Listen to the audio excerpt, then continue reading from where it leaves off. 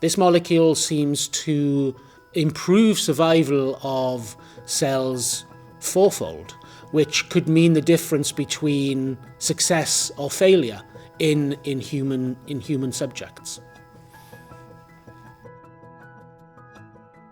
I am Dr. Kevin Gregory-Evans, a professor in ophthalmology, Faculty of Medicine, University of British Columbia, and the Julia Levy BC Research Chair in Macular Research. So my area of research is to study new treatments for diseases that cause blindness. Most blinding diseases in the Western world are focused on one particular part of the eye called the retina. This is the light-sensitive part of the eye that converts light into electrical impulses that are then passed down into the brain. There are many new ways of trying to treat retina disease. The area that I'm particularly interested in is the new emerging technology of stem cell therapy. This is the concept that you take a cell, convert it into a retina cell, put it back into the retina, it forms functional connections in the retina and reverses blindness. The sort of retinal diseases that are the topic for stem cell therapy are common diseases like age-related macular degeneration, diabetic retinopathy, but also much rarer diseases like retinitis pigmentosa, Stargardt's disease, Best's disease.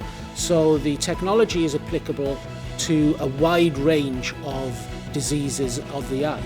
Two particular problems have emerged in recent times, and these are the technological blocks at the moment. One is that it's been found that the surgery involved in introducing these cells into the eye is a lot more tricky than anybody imagined.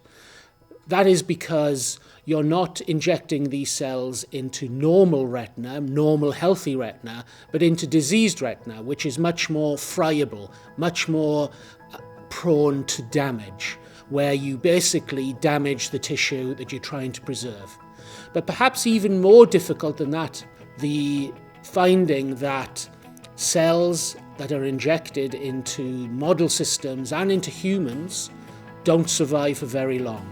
Perhaps only as much as 5 or 10% of the cells that are injected into the eye survive more than 1 week. So this is for a number of reasons. But we do have to remember that we're introducing quite delicate cells into the eye and into an environment that cell is not accustomed to.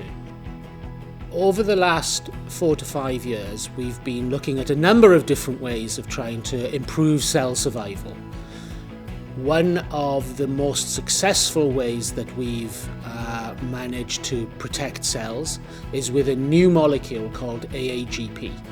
This molecule seems to improve survival of cells fourfold, which could mean the difference between success or failure in human subjects. In the practice of medical science, it's important that science is reproducible. So we published the first paper about 2 years ago. This showed a structural benefit, that the cells were actually surviving. Now that work needs to be reproduced. Importantly, it needs to be reproduced at the functional level.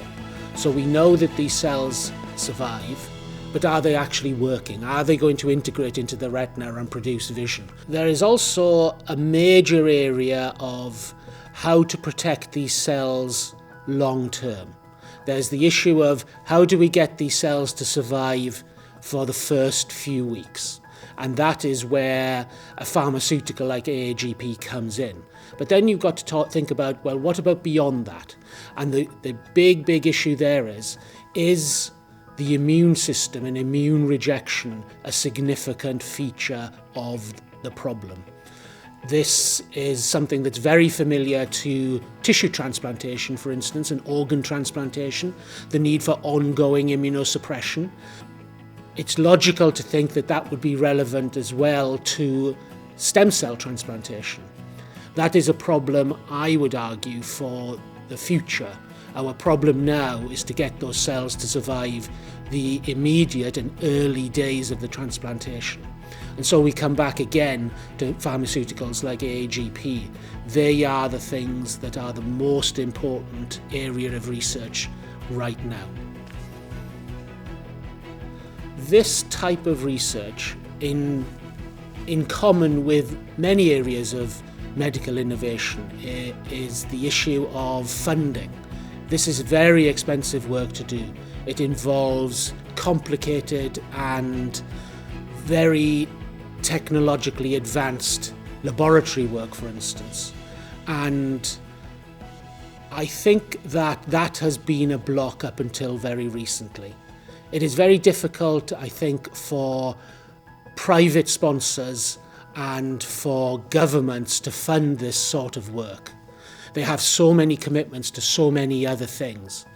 And so the inclusion of industry into this area of medical advance is vital. It won't occur without industry.